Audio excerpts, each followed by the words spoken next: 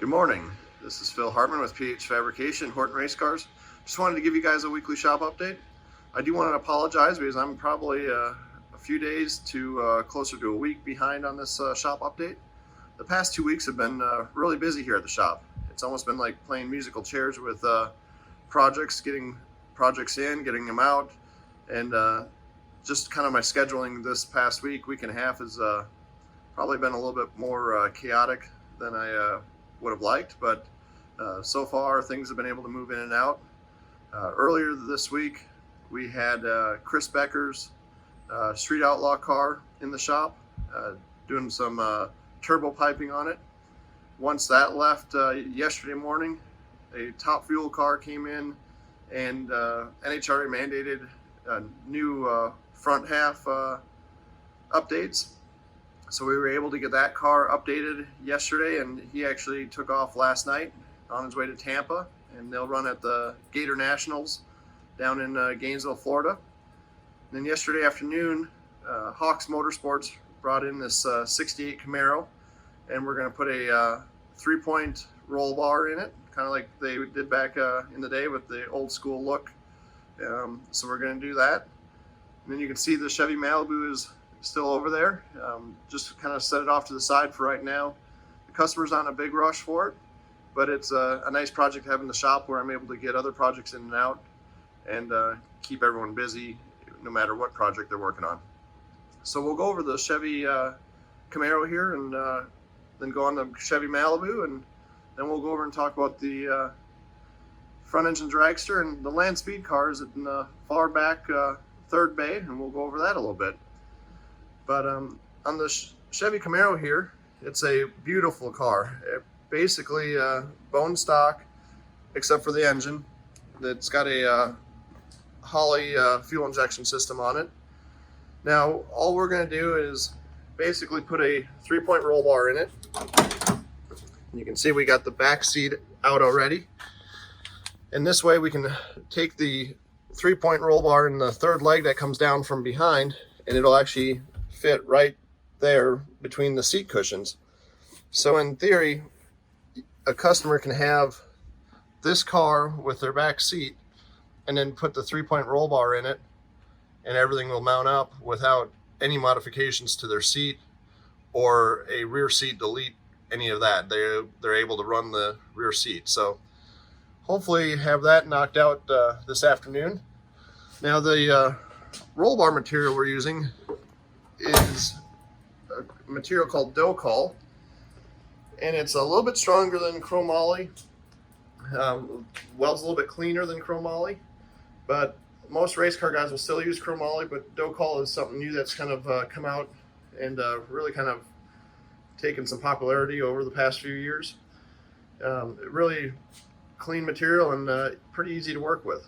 So excited to get a few of these built and into the Camaro. Now over here on the Chevy Malibu, we've been making some progress. Now we just have the seat set into place over on the passenger side. I've got seat mounts in, or that's what's in the box here. But then we also were able to get the floors all finished up. And Jeremy's been busy getting the funny car style cage installed. Still has a little bit of work to do on it, but it's really coming together nicely. I'm pretty happy with how this whole project's turning out. I know he was also working on the trunk, getting some of the floor pans and stuff, but he's got the fuel tank set into place, so you won't be able to see the floor pans in the trunk, but everything's coming together really, really nicely. Hopefully in the next few weeks, be able to finish this project up and get it back to the customer. Now over here on the front engine dragster, J-Ed's been busy knocking out projects, basically removing the puke tank to the back of the car. So he's got a catch tray along with the inlets for the puke tank. Now the way the puke tank works is the motor's sitting in the front like normal. Then we'll run tubes that attach into the lower frame rail. The oil from the valve covers or any of the back pressure it sees and pushes oil out through the valve covers will come down through a tube or a hose into the bottom frame rail, which when the car launches will send all the oil to the back of the car and comes out through these ports here and into the puke tank. The puke tank is just basically a tank that in case it sees too much back pressure, scuffs a piston, puts oil into the valve covers, and then needs to go somewhere instead of putting it on the track. It's just a way to contain the oil of anything that may go by the rings. But he's been busy getting a lot of the small projects knocked out on this thing. He finished up the Firewall earlier this week. Really turned out nice. So the car was set up for a 392 Hemi, and then they switched to a 426. And when you do that, you end up needing to change the Firewall a little bit to get the bigger heads on it. So we were able to modify it. This also adds some safety to the car, where a lot of times if a car explodes, it'll lift this cal up, which in return puts fire back to the driver. And what we're trying to do is not let the cal blow up, so everything's zeused really tight to the motor plate to help prevent any chances of fire getting to the driver. Now you're always going to get some fire to the driver. That's just kind of the name of the sport, especially when you have the engine in front of you, but you'd still try to protect the driver in any way possible.